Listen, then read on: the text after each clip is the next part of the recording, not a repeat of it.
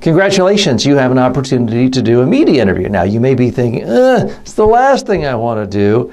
This is an opportunity for you to communicate with a much larger audience than you can do so just by picking up the phone or holding a meeting or posting something on Facebook. This is an opportunity for you to speak to the entire audience of this media outlet. Now, I'm assuming it's either a newspaper, a website, some print media outlet, and that's what you're going to learn how to control and how to prepare for in this course. But the big picture is this.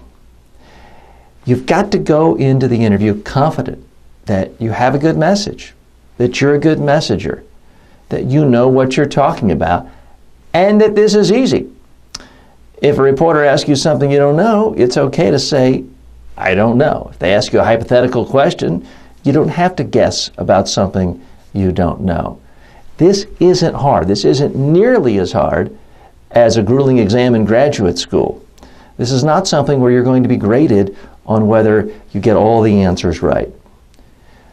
The way you're going to be graded is, did you get the message you want into the story?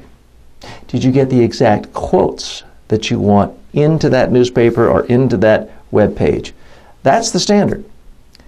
So you've got to go into it with that mindset. You can't go into this with a mindset of, oh, all the reporters are out to get me, I have to play defense. The whole concept of controlling the interview, avoiding a mistake, playing defense, dodging tough questions, that's kind of a waste of time. Instead, you've got to focus on having your message, being able to answer questions with confidence, and having a little pizzazz in your answers, and I'll address that in a later lecture, so that you know you're going to have a good quote to go into that newspaper and to go into that article. So there's a lot more lessons here. Get ready.